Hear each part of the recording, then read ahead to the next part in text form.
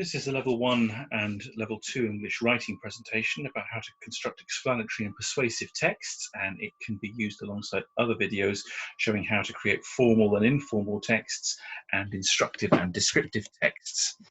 The aims of the session: we'll look at features of explanatory and persuasive texts, and also the language and construction of those documents, and then there will be a task where you'll be asked to create a short explanatory and persuasive text to email to me, David Pascoe, at davidp@provista.co.uk. Explanatory texts, they can include official documents, so things like notices from authorities and local councils, and personal documents, letters and emails from friends and family.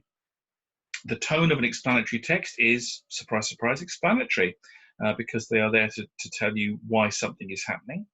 They're instructive because they should tell you what you might need to do, and they can be reassuring, especially if the text relates to something that will be disruptive to the reader's life. If you're having the gas pipes in the road dug up, you may get messages to let you know that that's going to be happening and how long it will be happening for and when it will be starting from, so that you can plan around it. Explanatory language. So some of the things which are used in explanatory texts include what we would term why we're writing this. So you might get a letter or be asked to write a letter, and it might explain the reason behind why we're writing. The 2019-20 tax year has now ended, so it's time to fill in your tax return and send it to us. From April 2020, we'll be making changes to our services and wanted to let you know how these may affect you. Then it'll go on and talk about action that you need to take. So if you're paying your council tax by instalments, please pay amounts on the following dates. If you've already sent us a tax return for the 2019-20 tax year, you don't need to do anything. So when you're putting an explanatory text together, one of the things to consider is that their explanatory texts are quite similar to instructional texts. The main difference between them is that whereas the instructional text might be laid out in steps and stages, the explanatory text is often written as, a single paragraph or a couple of paragraphs. And because of that, it's important to avoid bogging your text down with unnecessary information. You've got to consider that somebody has to read this, understand it, and act upon it. So you might get a domestic situation in which you have to write a short explanatory text that's set up in an exam. You might, need to let the example below. You might be told, write a short note to a relative to explain that you've had to get some medication for your mother. And just let them know why you had to get it and how they can use it. So we have here the example here.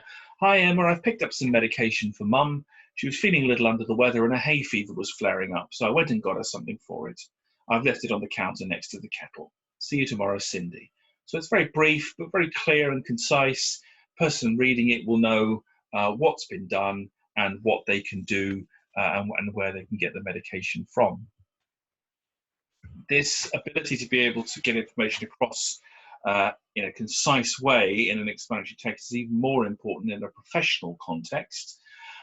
Explanatory text in a professional situation should outline what you're writing about, why you're writing, and what's going to happen. So here's an example based on an explanatory text sent by a car insurance company. Dear Mr. Smith, you have been a valued customer with Elephant Insurance since 2010. With the current lockdown measures in place, car use across the UK has declined by up to 25%. With this in mind, we would like to offer you either a one-off £25 rebate or the option of a 5% reduction on your monthly insurance payments up to the end of 2020. To take advantage of these offers, please text either rebate or reduction to 07789 65703. Please include your customer number in your text. We will honour your choice within 28 days of receipt of your text. Yours sincerely, Kate Stevens. So this is a great example of a good explanatory text. The first paragraph talks about why they're writing. Due to the lockdown, car use has declined.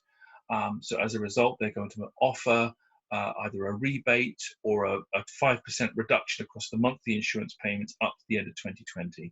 And it's all told inside a single 3 sentences in a small paragraph. It then talks about what's going to happen and what the customer needs to do, what they need to text and the number they need to text it to, and also includes additional information. They need to include their customer number in their text. That's done in 2 sentences. And then the final sentence stroke paragraph just talks about what will happen once the customer has texted their choice to Elephant. And I would suggest that if you're having to do an explanatory text in an exam situation, whether it be a personal or a professional one, this is about the size of text that you really need to be producing. Persuasive texts. Now, it's probably unlikely in an exam situation that you're going to have to do a persuasive text, but you never know, because there may be examples which you've had to check in the reading exams. But it's possible one may come up in a writing exam as well. Persuasive text can include advertising, opinion articles, especially political writing, and selling, what I could call selling material. So anything you see which encourages you to sign up to a particular package or cause. I think that the most likeliest persuasive text you might have to read might be an opinion article or something expressing your point of view where you're trying to change people's minds. The tone of persuasive text, they are emotive, they use emotive language to grab the reader. They're focused because they want to sell something or persuade you to a particular way of thinking. They try to make sure that they're very much on the subject only, and they don't want to put in anything that might seem irrelevant or distracting from their central message. They will appeal to readers' tastes and interests, and they will also try to be empathetic. They'll try to persuade by presenting themselves as aware of a reader's wishes or feelings. Some examples of and features of persuasive language: it'll start by making you an offer, and it'll do that in very broad and basic terms. How about an amazing special offer to brighten your days in the weeks ahead? Secure your future with our exclusive offer. So they'll try to link together the positive effects that you will enjoy if you take advantage of this offer. One other thing they'll do to try and persuade you to use them is to make positive comparisons of themselves compared to their competitors. Unlike some high street solicitors, we're not on the clock, so you can call or email as many times as you need. The party has made no commitment to tackling this issue, whereas we have a clear 3-point plan for restoring the local community. So there'll always be that compare and contrast. Compare our great service or our great ideas to our competitors whose service or ideas are not as good as ours. One thing which you'll find in persuasive text is emphasis gets used, particularly in advertising. Persuasive text will often make a feature of emphasizing words. They'll use block capitals, boldening, exclamation marks, as we can see along the top here. Free, special offer, once in a lifetime opportunity. It'll put those in, shouting out at the reader as a way of trying to get their attention. Persuasive text may make bold claims. They may use hyperbole in order to put across how good their product or service is. The longest lasting battery in the world. We fly to more locations than any other airline. It's just ways of being able to make sure that what they sell or offer stands out even more because of how good it is. And then to pick up on the point in the last slide about how persuasive text will try to compare what they do in a more favorable light to their competitors, they'll try and do it in a bit more detail by using data and figures to back it up. Unlike other law firms, Sanderson's isn't charging you by the hour, or most adhesives have a shelf life of less than 10 years, but No Nails glue is the only glue guaranteed to still be holding firm after 10 years. If they're trying to change minds or behavior rather than sell you a service, one way in which they'll try to do that is by demonstrating the results of what can happen if you use that service or product. Our policies could save you up to £300 a year on your energy bills. Or taking half an hour's exercise a day, 5 times a week, can help to improve your body mass index, BMI, by up to 400 calories a week. So it uses statistics and evidence to be able to offer a clear choice to persuade the reader to sign up to that service or product. Often in persuasive text where they're trying to change minds or get you to support something, they'll do it by appealing to your conscience or beliefs, your sense of fairness, your sense of justice, your sense of charity, your concern for other people, your concern for family and friends or your future. All of those are being used in some of these phrases, in some of these examples we have here. Without a major cash injection, Finchley's homeless shelter is at risk of closing by the end of the year. However, local residents can help if prepared to donate as little as £5 towards the hostel's upkeep. So it presents this gloomy possibility about the shelter closing, but shows that, you know, if you're prepared to donate as little as £5, only £5, you can make a difference. Under this party, unemployment has risen and social mobility is at its most restricted in over 80 years. Anyone believing in providing for their family and their future can see that it's time for new ideas and new leadership. So this is an interesting one because it's not just using a criticism of a party for what it hasn't done or the negative effect that it's had. It's trying to reinforce the message to support the new party by levelling at the reader. Anyone believing in providing for their family and their future can see that it's time for new ideas and new leadership. It's almost an implicit way of saying to the reader, you believe in providing for your family, you believe in planning for your future. So if you're going to do that and that really matters to you, support our party rather than the other one. So I'd like you now to create one explanatory and one persuasive piece of text.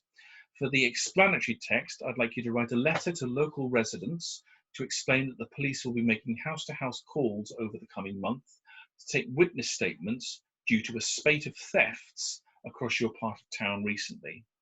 Explain that officers will call between 10 AM and 7 PM and that the meetings will be about 15 minutes long. Include the date and write the document and the sender's address. Include the date that you write the document on, rather, and include the sender's address, which is Community Engagement Unit, Metropolitan Police, N17JH. I'd say for this one, yes, with the addresses, just include the address you're writing from this one. If you can make up an address that you're sending to just for the example that you're providing, that would be good as well. For the persuasive text, you've been asked to write a customer testimonial in support of a product that you've bought or company that you've engaged with. The product can be whatever you would like, so car, clothing, computer, bedding, food, child's product. Include mentions about why you needed the product and how good it has been, and also include a recommendation for the company that you shopped with.